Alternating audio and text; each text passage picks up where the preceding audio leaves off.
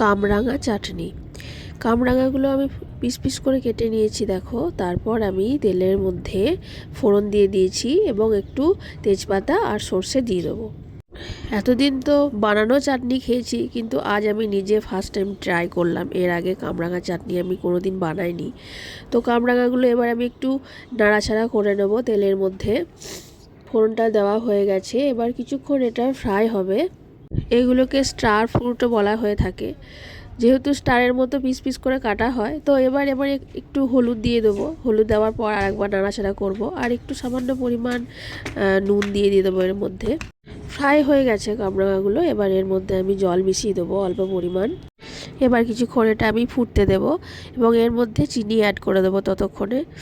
চিনি সামান্য পরিমাণ আমি দেবো, যেহেতু এখানে মিষ্টি কামরাঙা নিয়েছি আমি, পাকা কামরাঙা। এরপর আমি এটা ঢাকা দিয়ে দেবো জলটাকে শুষে নেওয়ার জন্য।